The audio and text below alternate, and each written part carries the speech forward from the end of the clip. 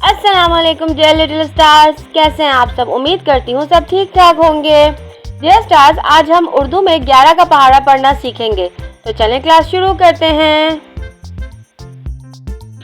11 एकम 11, 11 दूनी 22,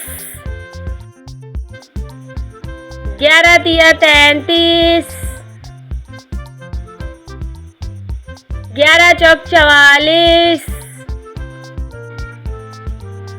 11 पंजे 55,